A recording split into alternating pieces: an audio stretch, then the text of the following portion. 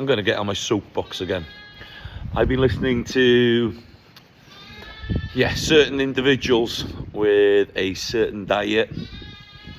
I hope you understand the people I'm talking about.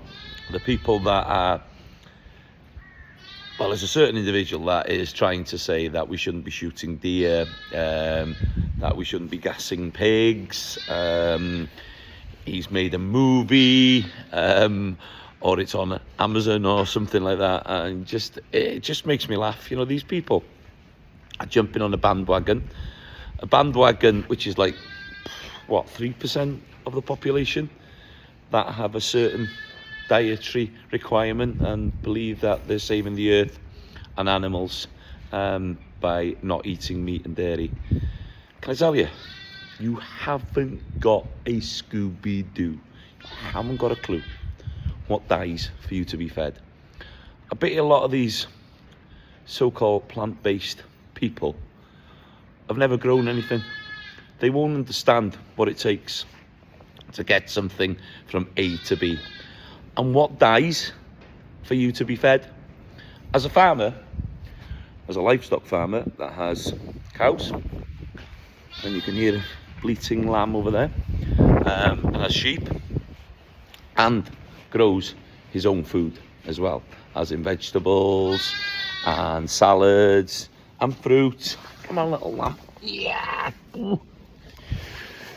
I understand what it takes to put food on people's plate, and I know that there will be a lot more death for me to be fed with my vegetables, my fruit, and my salads.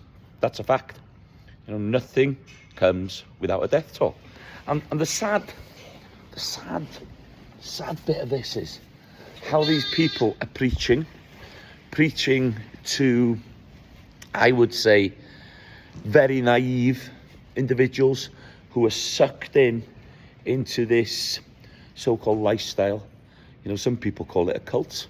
Some people call it brainwashing.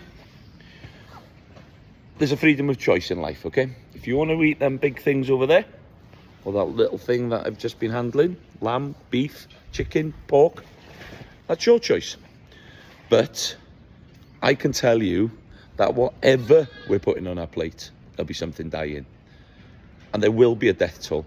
And when these people tell you, oh, it's only in accidental death. No, it's not accidental death. They'll be shooting ducks. They'll be shooting wood pigeons. They'll be shooting crows. They will be killing mice. And there will be millions and billions and trillions of insects being killed and sprayed for you to be fed. So when you're, telling people how awful they are, farmers, especially the livestock farmers, how awful they are at producing the food that feed millions of people, really think, why don't you go out and start growing your own food? Why don't you go out and buy some land and see what it takes to put food on your plate? And that's when you'll have an understanding of what we do every single day, is we feed the world. Farmers across every continent will be using different methods. But I'll tell you, these animals, ruminants, are an intricate part of what we do as farmers. Because that stuff over there, black gold, manure, is one of the things that keep me on this land. Without these creatures giving me that black stuff, I wouldn't be able to grow my crops. I wouldn't be able to grow my fruit, my veg, because that is absolutely fantastic. It feeds the soil. It goes back and nutrites the soil so we can grow crops again. Every time you grow something, it will take something out of that land, so you have to put it back. That's why these bad boys are brilliant at what they do. And because we've got temperate climate in this country, it's great for growing this stuff. Not the dog. Grass. Now, we pickle grass during the summer when we've got vast amounts of it, and we put it in plastic bags, and then we feed it to our cows because it's wet during the winter. where the cows are in, and they get to feed on grass that's been pickled and dried, which we call silage, or you can have hay, which is dry grass, or you can have haylage. So there's a lot of ways we can feed our animals in a sustainable way. And because that temperate climate and the geography of our country, you can see a lot of mountains, a lot of upland, and these then go with their calves onto the upland to graze the grass and to produce fantastic beef to feed people. Same as that moaning lamb in the back there wants a drink now. They'll be up on the mountain as well. And that land is no good to crop off. So you're not going to be able to get your combines up there. You're not going to be able to grow any kind of crops except vegetation, which is the grasses and the rare flora and fauna. And that's what these do. They transport, that big bull there transports this green stuff, this fantastic grass, into protein and into milk, into cheese, into yogurts.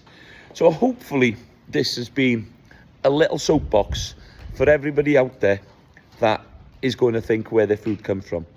Because it doesn't come from a supermarket, it doesn't come from a government, it comes from a farmer. And whatever your diet is, or whatever your belief is of what you want to eat and why you're eating it, that's a personal choice. But don't mislead people into thinking that they're going to save the planet by not eating these guys. And nothing dies for you to be fed. Every single morsel of food that will go onto our plates, there'll be some kind of death toll. So don't mislead people. And one last thing, you are going to need a farmer once, twice, or 3 times every single day. And that's for everybody across the world.